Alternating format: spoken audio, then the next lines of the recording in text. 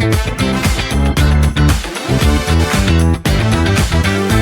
Sobat Billionaires, kembali lagi di episode Gold Talks bersama saya Zidane Ramadhani, yang tentu saja kali ini saya ditemani oleh Bapak Robby Leonardo. Halo Boleh saya Billionaires. dulu ke Sobat Billionaires, Pak Robby? Halo Billionaires semuanya. Oke, nah Pak Robby, mungkin di episode sebelumnya banyak nih Sobat Billionaires yang belum terlalu kenal Pak Robby. Nah, makanya di sini saya mau coba menjelaskan secara singkat latar belakang dari Pak Robby seperti apa. Oke, jadi Pak Robby ini merupakan seseorang yang sudah berpengalaman di bidang investasi kurang lebih selama 10 tahun ya Pak Robby ya? Ya benar. Kemudian Pak Robby juga memiliki latar belakang studi di Aussie dengan major di marketing dan ekonomi. Ya. Nah, saat ini Pak Robby berperan sebagai Head of Research, Analysis, and Market Development dari Metalbank Global Monetary. Ya, Betul ya benar. Pak Robby? Oke, nah itu tadi perkenalan singkat dari latar belakang Pak Robby. Nah, sebelum masuk ke topik kita kali ini Pak Robby nih, sepertinya kita update sedikit tentang keadaan market per hari ini Pak, per hari Rabu 10 September 2025 hingga pukul 2:15 Pak. Nah, kira-kira dalam satu pekan ini atau satu pekan ke depan, itu tuh gimana nih Pak keadaan market sekarang? Kalau menurut saya itu masih bullish ya. Masih bullish ya Pak ya? Biarpun kayak kita orang lihat pagi ini buka itu kan menurun kayak kurang lebih 3.620. Tapi berapa jam ini itu jam 2-an itu udah naik balik lagi ke... Oh, udah balik lagi Iya. Pak? Padahal sempat koreksi ya? Sempat koreksi tapi balik lagi naik sampai 6.040-an di situ. Ya kalau menurut saya sih ya minggu ini kemungkinan tuh bisa break 700 gitu. Oh, minggu Kalau ini ya, kalau bisa break 700 itu 3.800 itu menurut saya tak usah tunggu sampai akhir tahun gitu. Iya, Gitu. Jadi ya menurut saya sih ya pasti masih bullish gitu. masih bullish. Iya. Apakah harga emas di intraday hari ini Pak itu sudah melewati rekor tertinggi yang barusan saja kemarin katanya sudah sentuh all time high, di mana sudah sentuh harga emas dengan rekor tertinggi di 3.650 ya Pak? Apakah di intraday hari All ini time sudah? high-nya sih kejadiannya itu kurang lebih di 3.670. 3.600. Ya, tapi dia sentuh all time high tapi nggak kejadian itu di 75. Oh iya. Nah, ya, di 75 itu nggak kejadian, tapi kejadiannya di kurang lebih ada 60-an. Nah, ini sekarang di 646 itu kurang lebih tinggal sedikit lagi gitu. Oh. Ya, gitu. Tinggal sedikit, tapi emang ya pasti apa yang naik pasti bisa turun juga gitu. Oke Pak. Kenapa Pak? Kira-kira padahal hanya dalam waktu sepekan ya, betul ya Pak ya? Iya. Harga emas tiba-tiba bisa naik secara drastis gitu, yang semulanya masih di angka $3.400 per troy ounce. Sekarang sudah bisa menembus sampai 3.600. Kira-kira apa Pak penyebabnya? Biasanya sih ada yang kayak orang sengaja untuk buang emas dulu, kasih harganya turun. Nah, bikin semua kayak retail investor yang panik gitu. Yang panik itu juga ikutin jualan, ya profit dulu daripada kehilangan atau kayak orang bilang FOMO gitu loh. Tapi dari situ kita turun drastis. Nah, itu big whale-nya itu masuk lagi, yang orang yang big investor itu pasti beli balik lagi, itu bikin emas naik lagi loncat meningkat di situ. Jadi semuanya itu yang salah satu itu supply and demand-nya ada di situ. Jadi demand-nya tambah banyak, ya harga itu pasti naik. Oke. Kenapa kira-kira pastikan ada yang mempengaruhi para investor ini, kayak tadi kata Pak Robby kan banyak big whale yang mulai masuk ke instrumen emas gitu. Apakah karena melihat pada saat ini kondisi ekonomi global itu sedang tidak pasti atau kenapa tuh Pak? Akhirnya mereka memutuskan untuk masuk atau membeli emas gitu. Karena kalau lihat dari ekonomi kan sebenarnya dari sebelum-sebelumnya itu emang data ekonomi itu udah lumayan jelek. Tapi emang ketahan terus, kayak sebenarnya ya kita tetesin air di plastik sedikit, ada yang kena banyak tapi masih bisa di hold. Itu emang masih bisa ditampung gitu.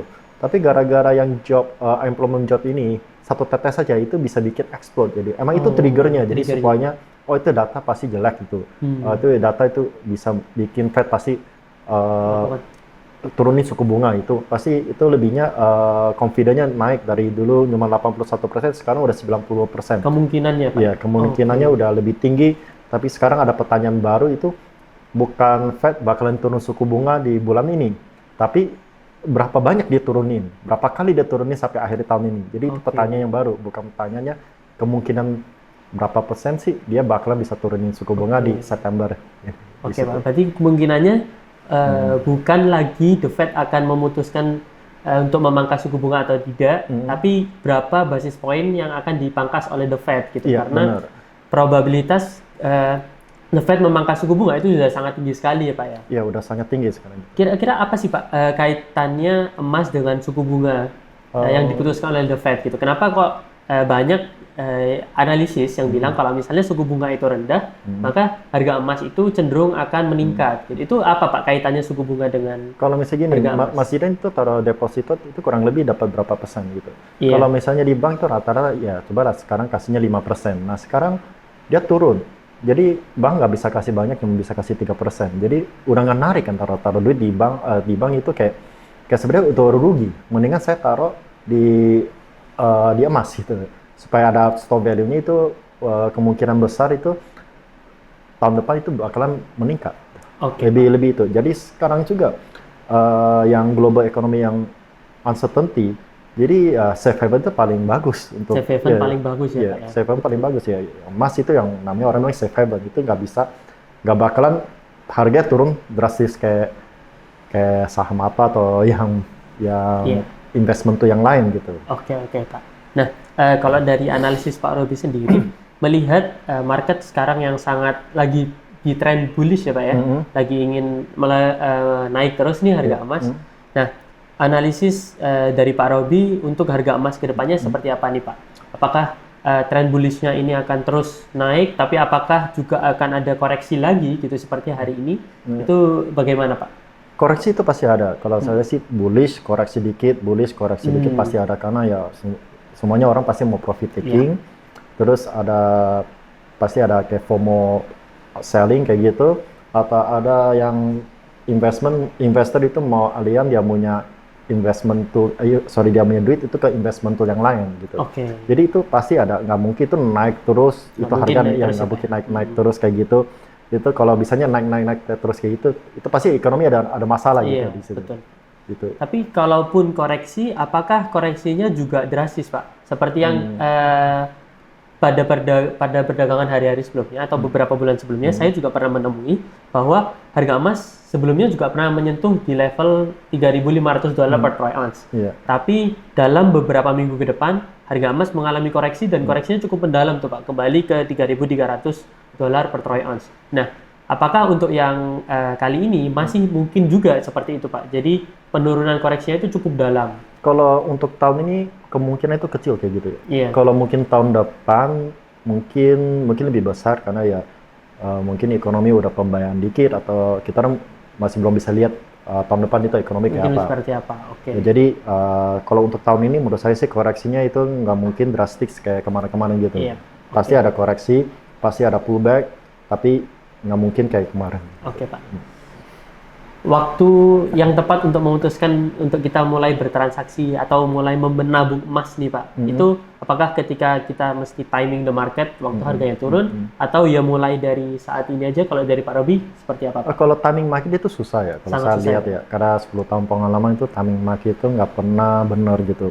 Jadi kita orang lihatnya timing marketnya lagi mana. Misalnya kalau dia lagi naik kayak gini, dia ada dikit koreksi, misal koreksi di 0,1 atau 2% turun kayak gitu, atau 0,5% ya kita orang boleh beli di sini. Tapi kalau kita orang yang nggak sempat, masih ada day to day job, ya tahu saat time the market, kita orang namanya untuk jaga panjang kan. Jadi kita orang taruh duit aja, beli aja mau seberapa, pas kita orang ada mampu beli, kita orang beli aja gitu. Daripada kita orang time the market karena itu susah karena ya kecuali kamu itu full time trader, jadi kita bisa mantauin pasar itu 24 jam.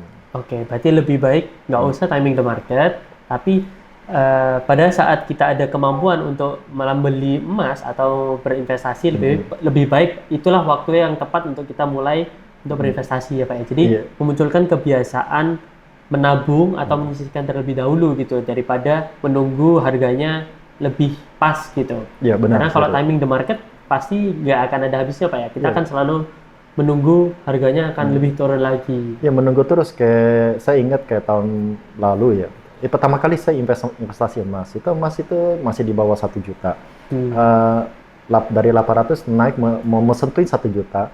Terus saya mulai investasi itu di 900-an. Saya ada advice teman saya untuk invest di emas, tapi dia bilang emas sudah mulai mahal. Nah pas emas turun di bawah 900 ribu, saya juga tetap invest.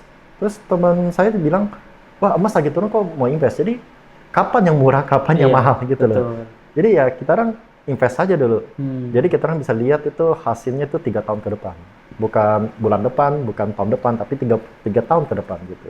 Betul Pak, sepakat banget. Jadi lebih baik memunculkan kebiasaan seperti itu ya Pak, daripada memunculkan kebiasaan untuk menunggu atau timing the market sampai harganya paling pas.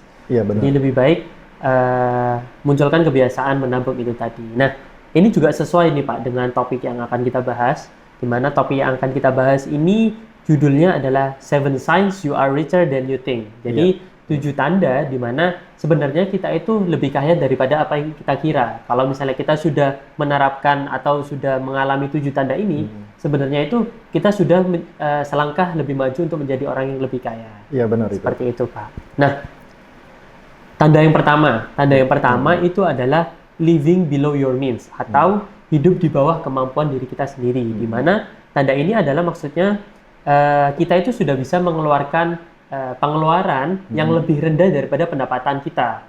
Jadi kita sudah bisa menahan jumlah pengeluaran itu lebih kecil jauh daripada pendapatan kita, sehingga kita bisa menyisihkan untuk sebagian diinvestasikan atau ditabung. Nah, kalau dari Pak Robi sendiri, strategi apa nih Pak yang bisa dipakai untuk mengatur keuangan sehingga cash flow keuangan kita itu secara pengeluaran lebih sedikit daripada cash flow dari penghasilannya? Itu strategi apa Pak? Strategi gini ya, kita kan itu pasti ada need ya, itu yang butuh kayak misalnya tempat tinggal, makan, minum, itu kalau transportasi itu yang butuh banget, yang kita orang mesti ada untuk hidup hari-harian gitu. Kayak misalnya kita orang butuh mobil di Jakarta, ya butuh-butuh aja sih, mau beli mobil boleh, tapi kalau misalnya kita orang ada lebih, mesti ganti mobil dulu ya atau enggak? Tahu usah dulu kita orang mobil ini kan masih bisa jalan gitu ya. Betul, Pak. Ya, jadi kita orang yang 50% kan banyak orang bilang pakai 50, 30, 20 gitu ya. Nah, 50-nya ini itu pakainya di mana aja sebenarnya. Needs-nya bisa kurangin lagi mana gitu. Jadi kita orang bisa kayak listrik emang butuh pakai, tapi kita orang bisa aja listrik siang tahu usah pakai AC, pas mau tidur baru nyalain AC. Ya kita orang bisa minimize yang sedikit-sedikit yang kita butuh punya. Kayak makan siang kita orang bisa dikompres dulu. Makan siang kan sama mahal ya. Kalau makan malam kita orang mau mahalan dikit ya nggak masalah. Tapi kalau misalnya kayak hari-harian kayak Senin sampai Jumat atau Senin sampai Kamis yang kita orang masih working day, kita orang bisa aja malam itu makan di rumah, itu lebih irit. Nah duitnya yang di sisa situ kita orang bisa aliran ke investment di situ. Oke Pak. Tadi saya menarik sekali Pak membahas terkait 50, 30, 20. Mungkin Sobat Bulaners di sini banyak yang masih awam terkait 50, 30, 20. Nah, mungkin boleh dijelaskan secara singkat kali Pak, pengertian dari 50, 30, 20 itu seperti apa? Ke 50 itu yang needs, yang semuanya kayak kita orang ada 1 juta, kayak bisa hasilnya 1 juta, 500.000 itu pakai untuk need, yang pakai hari-harian yang untuk butuh. Nah 30 yang want, yang kita orang pengen maunya. Nah 20% itu untuk saving. 20% saving. Kalau menurut saya yang kayak gitu, itu pikiran masih belum bagus. Tapi, itu masih belum bagus. Masih belum bagus, karena kalau namanya kan live below your means, gitu ya. Constant spending less than you can. Nah sebenarnya sebelum saya jelasin lebih detail, itu 7 signs ini sebenarnya Mas Zidan itu pernah yang ngeluh kok teman saya bisa beli mobil baru, ada kayak gitu, tapi kita orang nggak bisa, kita orang itu kerja setengah mati. Tapi kalau tanda-tanda ini, sebenarnya kita orang itu lebih maju daripada orang yang bisa ganti mobil tiap tahun atau bisa beli HP baru yang tiap tahun gitu loh. Nah, balik lagi ke signs ini yang pertama, 20% saving. Itu mau save-nya di mana? Iya. Gitu. Jadi 20% itu kecil banget. Kecil sekali. Kalau hasilnya 10 juta, itu cuma 2 juta. 2 juta mau bisa untuk saving kemana? Dan saya yakin banget, yang saving 20% ini, orang itu save-nya untuk beli HP baru. Bukan apa kayak gitu. Iya, betul. Sebenarnya mau beli HP baru itu di one, di 30%. Tapi one ini kita orang kan bisa kecilin gitu. Bisa kecilinnya kayak apa? Kayak misalnya di HP ini kita orang tahu tiap tahun ganti. Nah, one itu dikecilin lagi jadi masih sisa 20% atau 10%. Emang kita orang nggak boleh hidup kayak kayak nggak ada entertainment sama sekali, Betul. kayak bener-bener karena kita orang kerja juga lumayan keras, susah Keras, kayak gitu. betul. Kita orang butuh hiburan. Nah, jadi kita orang bisa kecilin di mana di situnya. Jadi tambahin semuanya aliran semuanya ke saving. Nah dari saving ini kita orang mesti ada berapa di saving, berapa di investment. Jadi kita orang mesti needs-nya dikurangin, kurangin dikit. Nah habis itu kita orang investnya sama saving, sisanya baru spending. Baru untuk kita orang ya mau apain lah kita lah. Mau uang kita, mau beli HP baru, mau keluar nongkrong sama teman, hangout. Nah itu baru dipakai di situ. Jadi yang terbaliknya orang itu semuanya udah pakai dulu, sisanya baru untuk saving. Ya itu yang salah ya Pak ya. Yang salah. kurang tepat lebih.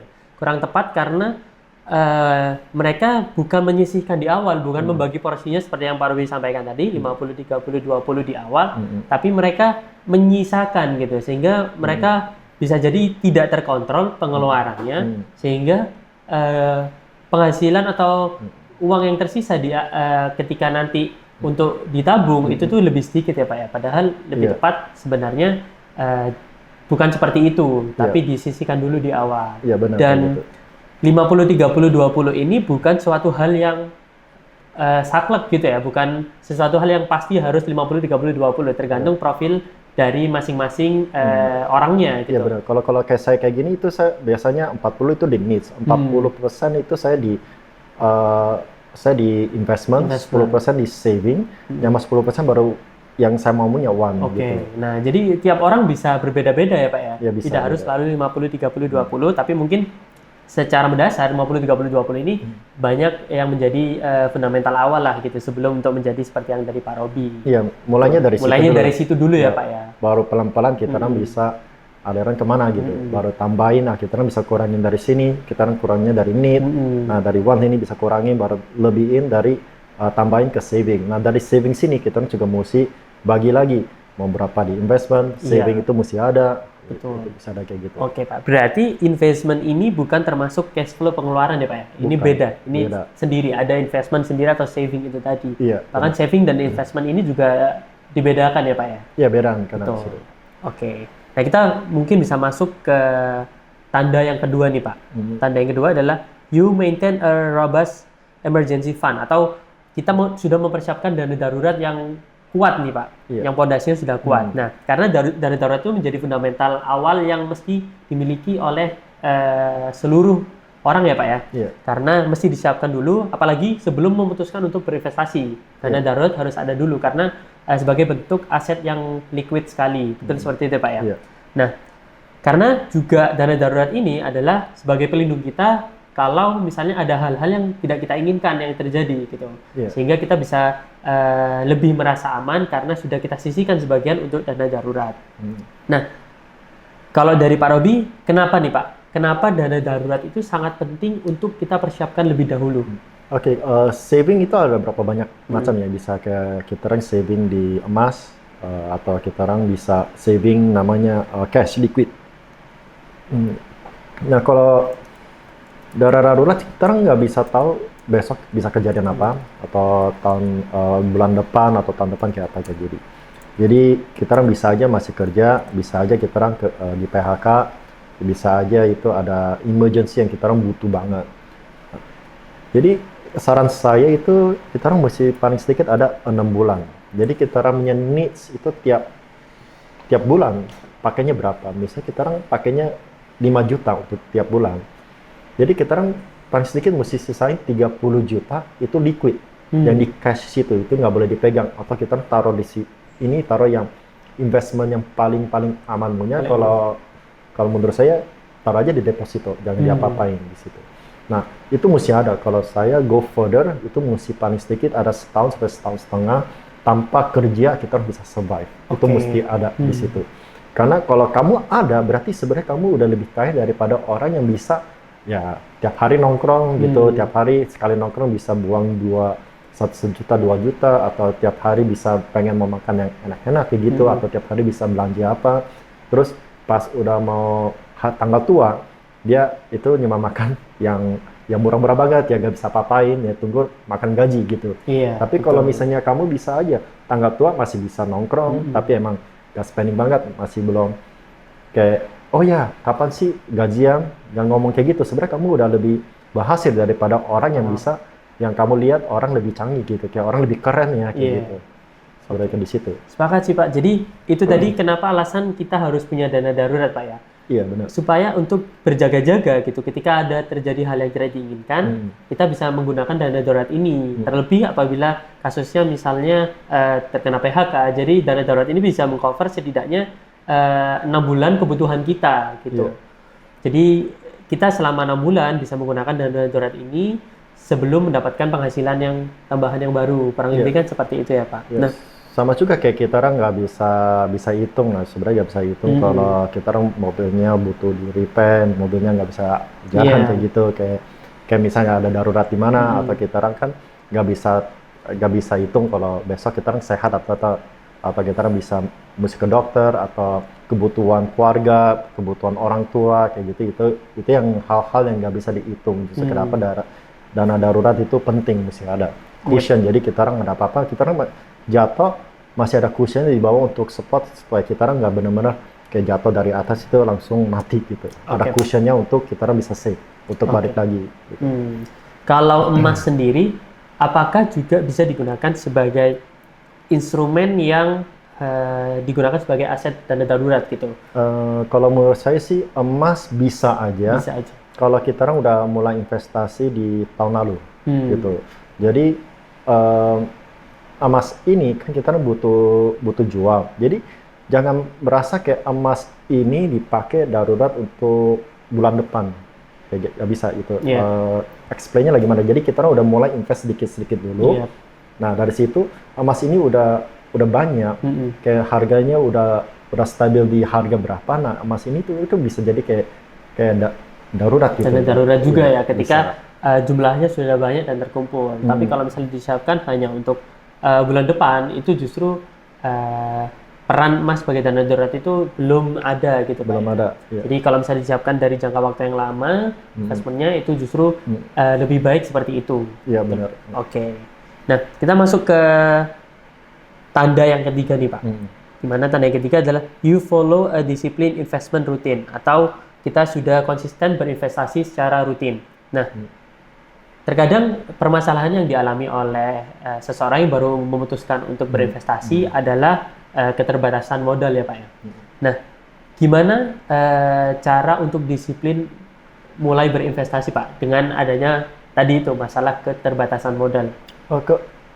Kita orang nggak butuh invest kayak langsung masuk 10 juta untuk investasi di emas. Sebenarnya kita bisa mulai kayak Metago Plus kan ada offer 0.01 ya itu cuma di bawah 20.000. Jadi daripada kita orang investasi 1 juta langsung gede atau 10 juta, lebih mending kamu investasi ya tiap minggu aja, konsisten. Mau harga naik turun kamu investasi pelan-pelan, kamu investasi konsisten, kamu bisa lihat hasilnya daripada ada orang cuma sekarang masuk 10 juta terus berapa bulan nggak dilihatin lagi terus masuk lagi kayak gitu, itu nggak ada hasilnya. Jadi lebih mending hasilnya konsisten. Jadi konsisten itu penting banget. Jadi kayak gitu. Oke, jadi itu salah satu tanda gimana kalau kita sudah konsisten untuk mulai berinvestasi, ya kita sebenarnya sudah jauh lebih maju, lebih kaya daripada yang udah kita kira ya seperti itu Pak ya. Kalau kita udah bisa mulai konsisten nih di tiap bulan atau di tiap minggu gitu, menyisihkan sebagian dari penghasilan untuk berinvestasi dari instrumen apapun, salah satunya juga emas ya kan. Iya, benar. Mana emas tidak perlu modal yang besar seperti di Metal Go Plus kan, bisa dimulai dari 0,01 gram kurang dari Rp20 untuk sekarang ya Pak ya. Iya, sehingga benar. itu terjangkau sekali sebenarnya. Nah, kita konsisten aja tuh menabung di situ, nggak perlu dengan modal yang besar seperti itu ya Pak ya. Nah, sekarang kita masuk ke tanda yang keempat nih Pak. Tanda yang keempat adalah you actively track and control cash flow, di mana kita secara aktif melacak dan juga mengendalikan arus kas yang masuk dan keluar, sehingga seluruh uang yang masuk dan keluar sedikit apapun, entah itu Rp500 atau Rp2.000, itu selalu kita catat gitu, baik itu pengeluaran atau penghasilan gitu, terutama di pengeluaran. Tujuannya adalah biar kita tahu gitu gimana sih jumlah pengeluaran yang sudah kita lakukan gitu, biar kita bisa mengendalikan gitu, tidak berlebih dan tidak lebih dari budget yang sudah kita tentukan. Nah, Sebenarnya seberapa penting kalau menurut Pak Robi seseorang itu mencatat arus kas yang dia punya? Sebenarnya gini, perusahaan yang bagus itu CEO tahu dia maunya keluarin kemana, duitnya itu sampai satu sen aja udah tahu itu duitnya pakainya untuk gimana. Nah kalau misalnya kayak gini, Mas Zidan ada track ya, itu yang duit yang sekecil kayak misalnya nyaman 1000 perak itu kemana gitu kan? Karena kita orang kalau misalnya pergi beli kopi aja ke minimarket mana kayak gitu, mau nyoba emang tujuannya mau beli kopi, tapi ternyata itu semuanya diambil. Tuh, yang barang-barang kecil yang kayak snack diambil, tapi ternyata itu kita orang belanjanya mau 20.000 jadi 30.000. Nah 10.000-nya kita orang nggak pikir, kita orang cuma pikir saya ke sana cuma belanja 20.000. Atau pas kita orang mau isi bensin semua di samping tawarin, nah dari situ kita orang belanja lagi. Atau jadi kita orang akhir-akhirnya pikir bulan ini saya belanja apa kok bisa hilang gitu di situ. Itu penting banget. Jadi kita orang mesti budgetin sendiri itu untuk hari ini pakainya berapa duit gitu. Jadi mesti tahu itu duitnya seberapa kecil keluar. Dan kita orang bisa tahu sebenarnya duit itu bisa ya kita orang tasok keluarin, nah itu alirin ke savingnya, ke investment fundnya di situ. Nah, di situ. Jadi kita bisa mesti track gitu. Yang enggak ya, jadi kita bisa track yang hal-hal nggak penting tak usah dibeli. Justru itu tadi Pak ya, ketika banyak hal-hal kecil yang keluar tanpa kita sadari ternyata hal-hal kecil ini menumpuk menjadi banyak gitu. Iya benar. Karena apalagi nggak kita catat gitu. Kalau kita catat mungkin kita masih bisa menahan-nahan tuh. Oh ternyata dari pengeluaran yang kecil-kecil ini tuh sudah melebihi budget kita loh gitu. Tapi kalau nggak dicatat, tiba-tiba bisa jadi pengeluarannya terlalu banyak. Nah, itu juga makanya kenapa penting menyisihkan atau membiasakan untuk mulai menyisihkan di awal seperti yang tadi di tanda sebelumnya, yaitu konsisten menabung atau berinvestasi gitu. Karena dengan cara disisihkan di awal. Karena kalau nggak disisihkan di awal, tiba-tiba di akhir pengeluarannya sudah besar banget, nggak dicatat, nggak dikasih budget, terus tiba-tiba sudah menumpuk dan sudah berlebihan. Akhirnya sisanya untuk dilakukan saving atau investment itu jadi lebih kecil, kan seperti itu Pak ya. Nah sebenarnya gini lah, 1.000 itu kecil atau 10.000 juga kecil. Semua orang pasti bisa mampu 10.000. Tapi 10.000 kali 10 berapa? Atau 10.000 kali 30 kan 30 hari itu lumayan besar. Itu kita orang bisa alirin kemana lagi gitu. Betul Pak. Seperti kalau misalnya setiap hari kita ngopi nih, oh ya udah, misalnya ngopi di rentang harga 15.000, 20.000. Kita mungkin merasa oh kecil 15.000, 20.000, tapi kalau misalnya setiap hari kita ngopi, itu bisa sampai ratusan ribu ya Pak ya. Iya benar. Nah, padahal ratusan ribu ini kalau misalnya kita sisihkan untuk diinvestasi atau ditabung atau dimasukkan ke emas, itu bisa membuahkan hasil yang lebih banyak lagi. Iya benar. Dan bisa juga menjadi aset jangka panjang gitu kan. Iya bisa, benar. Kadang seperti itu ya Pak ya. Sebenarnya sebelum kita mau belajar untuk spending, kita orang belajar untuk invest yang masih dulu daripada kita orang langsung spending tapi entah kedepannya lebih susah gitu. Jadi yang masuk saya sih ya kalau emang tujuan kita misalnya Mas Zidan udah sediain 20.000 untuk nongkrong beli kopi, untuk ke bawah beli kopi gini, ya udah pakainya 20.000 aja, jangan ditambahin kayak misalnya permen atau snack itu dibeli juga gitu. Karena ya emang udah set budget, kita orang pakai strict with that budget, strict with that rule gitu. Emang kita orang mau beli kopi masih nggak boleh beli kopi, tapi kita orang strict with just 20,000 gitu. Oke Pak. Nah itu ada kaitannya juga dengan tanda yang selanjutnya nih Pak. Tanda kelima, di mana yang tadi seperti Pak Robi jelaskan ada kaitannya dengan lifestyle, yaitu gaya hidup, ya kan? Nah di tanda kelima ini disebutkan bahwa apabila tanda kelimanya adalah you resist lifestyle inflation and social comparison. Jadi kalau misalnya kita sudah bisa menolak inflasi gaya hidup atau bisa mengatur gaya hidup kita yang tidak boros gitu. Nah, kita bisa sebenarnya kita itu sudah menjadi lebih kaya daripada yang kita kira. Seperti yang tadi Pak Robi sampaikan, sebenarnya kan seperti beli kopi di tiap hari itu sebenarnya lifestyle yang nggak kita ketahui ternyata termasuk pengeluarannya besar gitu. Nah, kira-kira dari Pak Robi sendiri ada tips nggak Pak? Bisa jadi, kenapa kok kita mulai spending lebih banyak? Itu karena kita sudah merasakan penghasilan yang lebih banyak juga. Jadi karena banyak yang bilang kalau misalnya ketika kita mengalami penghasilan yang lebih tinggi, gaya hidup juga pasti ikut naik nih, gitu. Kita lebih spending lebih banyak lagi. Nah, apakah Pak Robi punya tips tersendiri untuk mengatasi hal seperti itu? Yang itu yang tanda-tanda yang kelima ya. Iya, kelima. Berarti sebenarnya ada ngomong satu lagi itu you avoid the comparison trap. Berarti kita orang nggak peduli orang mau apain. Gitu. Jadi saya ada teman itu, kelihatan tas ini, dia mau beli, scroll Instagram ada ini langsung beli. Sekarang kan TikTok kan juga bisa langsung ke connect langsung beli. Betul ya. Pak.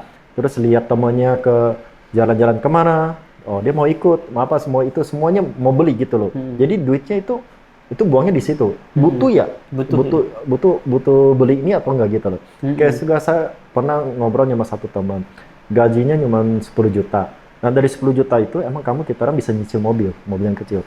Nah, saya tanya, kalau kamu ada 15 juta, kamu mau apain? Saya mau ganti mobil. Kalau misalnya ada 20 juta, mau ganti mobil apa? Oh ya, bisa mobil lebih yang harga 500-an bisa ada. Nah, kalau 30 juta, saya ganti ya, mungkin saya bisa ganti mobil Eropa gitu. Nah, sebenarnya mobil kamu masih bisa jalan. Iya, ya. Betul Pak. Daripada kita mesti nyicil terus, kita invest dulu aja. Mobil ini kan pasti yang pertama udah selesai nyicilnya. Kita pakai sampai dia benar-benar nggak bisa dipakai lagi. Nah, kita mulai invest dulu, Nah, dari investment tools ini kita udah bisa lihat hasilnya berapa tahun ke depan.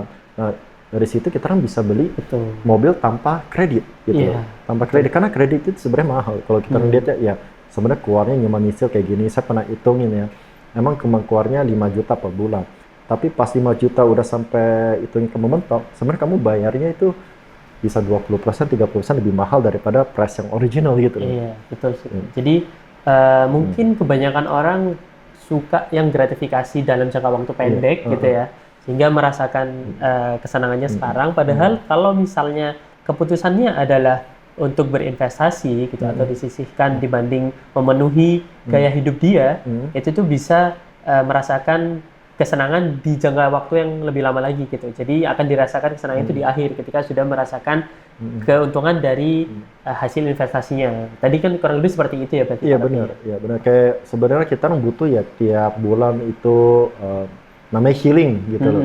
Sebenarnya healing itu emang butuh, tapi kita kan harus butuh tiap bulan mesti ada healing, atau tiap berapa bulan mesti healing kayak gitu kan. Kita sebenarnya membutuh 2 kali setahun atau sekali setahun udah cukup. Kayak atau musim makan yang enak gitu, kita butuh ya banget. Atau kita mesti compare, karena orang ini udah pernah cobain di restoran yang mahal sini, kita juga mesti ikut cobain. Atau punya orang ada tas ini nih, yang paling penting yang saya dengar semua orang itu dari wanita, cewek-cewek semua itu, karena itu orang udah punya tas ini, jadi saya mau juga betul. Gitu betul, dari situ. Atau enggak, dia udah ada iPhone baru, jadi saya pengen mau beli gitu. Nah, itu yang paling saya dengar itu, daripada duitnya spending situ, karena HP kita masih jalan. Sampai benar-benar nggak bisa jalan, kita baru ganti gitu. Nah, tas itu emang cewek itu banyak tas, tapi emang 10 tas kepake semuanya enggak lah. Gitu loh. Kalau kayak cowok kan, gitu kita bisa. Kalau cowok itu penyakitnya mobil. Iya. Otomotif ya Pak ya. Otomotif ya. Mobil ganti baru. Ada naik gaji nih. Daripada kita gajinya untuk ganti mobil untuk nyicil, nah gajinya ini yang tambahan punya, kita diinvestasiin dulu aja. Jadi kita set. Jadi kalau emang kamu tiap bulan kayak gitu, atau emang ada kenaikan apa, kita alirin ke investment. Itu sebenarnya kamu lebih kaya daripada yang kamu pikirin gitu loh ya. Nah, mungkin beberapa kendalanya juga adalah merencanakan investment secara jangka panjang gitu. Karena kalau misalnya ngomongin uang nih Pak, memang pasti nggak instan ya. Nggak ada yang bisa menjamin bahwa kita bisa mendapatkan kekayaan secara pendek gitu ya kan Pak. Secara langsung bisa mendapatkan kekayaan. Jadi perlu ada visi jangka panjang yang bisa menjaga kekonsistenan kita itu dalam berinvestasi. Nah, kalau dari Pak Robi sendiri, konsisten dalam jangka waktu yang lama itu kan pasti butuh komitmen ya Pak ya, butuh komitmen yang sangat kuat dan juga tantangan tersendiri gitu.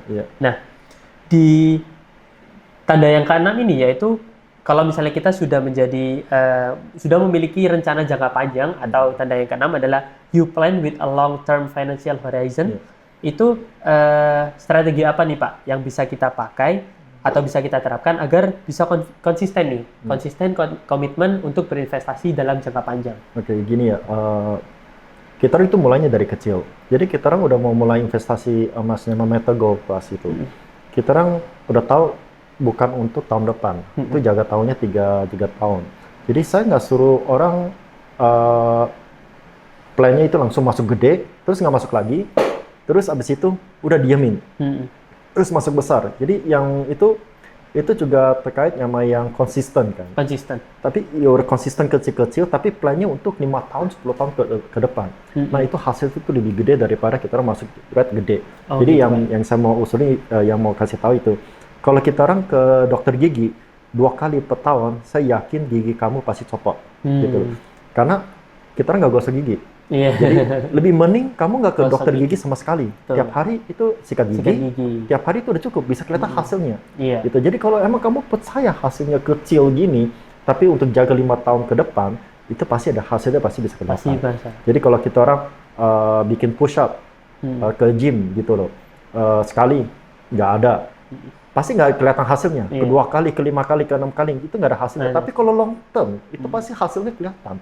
Jadi kita mulai kecil aja, long term itu kelihatan. Iya, betul. Jadi lebih berdampak bahwa kita mulai aja sekarang dengan langkah yang kecil-kecil, yang penting konsisten dalam jangka waktu yang lama, seperti itu Pak. Iya benar. Yang penting adalah konsisten dan komitmennya gitu dalam berinvestasi.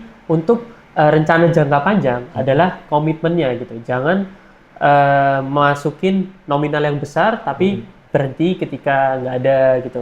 Menunggu nominal besar dulu baru masuk, bukan seperti itu Pak ya. Iya. Tapi mulai aja dulu dan konsisten komitmen untuk selalu berinvestasi. Lebih baik seperti itu Pak ya. Iya benar, kayak gitu sebenarnya. Jangan kasih alasan sih satunya juga. Kayak alasan ini nggak bisa. Ya kalau ini nggak bisa, itu nggak bisa. Tapi kamu bisa beli hal-hal yang lain, itu nggak masuk akal menurut saya. Oke Pak. Nah, sekarang kita sudah masuk ke tanda yang terakhir Pak. Tanda ke-7, yaitu you pursue continuous financial growth, atau kita selalu ingin belajar terus terkait ilmu di dalam bidang finansial. Nah, kalau misalnya kita sudah memiliki tanda tersebut, berarti kita sebenarnya sudah satu langkah lebih kaya daripada apa yang kita pikir. Karena ilmu dalam finansial pasti memang tidak ada habisnya Pak ya. Semua ilmu pasti tidak ada habisnya, akan selalu berkembang. Nah, kalau dari Pak Robi, seberapa penting nih Pak seseorang harus memiliki ilmu tentang finansial? Itu penting banget karena itu semuanya baru. Ada baru yang mesti dipelajarin. Nah, ya bagaimana tahu kita orang komitmen to financial, karena kamu masih nontonin channel ini sampai detik sekarang aja, kamu masih nontonin, masih belajarin, masih dengerin, masih dan sama saya ngomongin apa. Atau kamu ada subscribe di Meta News yang Meta Go, punya channel di sini. Tiap hari nontonin. Kita juga ada live update kan tiap Senin, Rabu, Jumat. Betul. Kamu nontonin terus kayak gini, berarti kamu udah satu langkah di atas daripada orang-orang biasa gitu.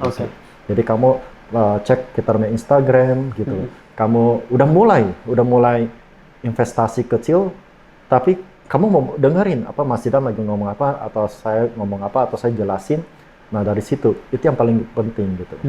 Dari kalau kamu saat ini kamu masih nontonin sampai detik sekarang ini kan udah detik berapa ya, masih ada nyama kita, berarti sebenarnya kamu udah lebih kaya daripada kamu yang pikir. Oke, sepakat Pak Robi, karena meskipun seberapapun ilmu yang kita punya gitu, kita akan selalu ada pembelajaran baru gitu Pak ya. Lagi kalau misalnya nonton sampai sini sampai selesai, harapannya bisa mendapatkan insight-insight yang terbaru atau ilmu-ilmu baru dari hasil diskusi kita tadi ya Pak. Berarti kamu ada niat mau belajar gitu. Betul. Baru bisa bertahan sampai detik kayak gini nih. Terakhir itu kan sebenarnya lama juga kita orang lagi ngobrol gini, tapi kamu patient ya, very patient that you listen to us what we are discussing about gitu. Itu paling penting.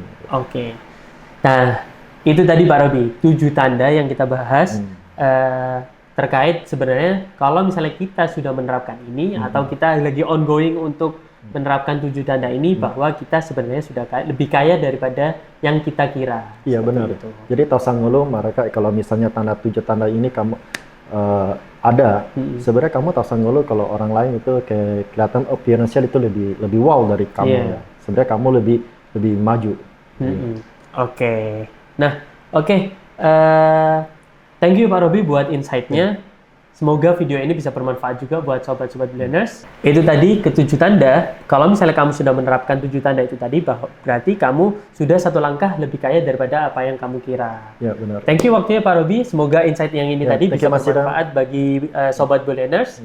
Oke, buat sobat Billionaires juga jangan lupa untuk selalu tingkatkan transaksimu. Mumpung nih ada program Gold Drips, di mana kamu bisa dapatin keuntungan lewat nabung emas hingga 3 kali lipat lebih untung. Jangan lupa juga like, comment, and subscribe channel ini. Semua program aktif, waktunya maksimalin keuntungan bareng Gold Drips di Metal Go. Bye, see you on the next episode.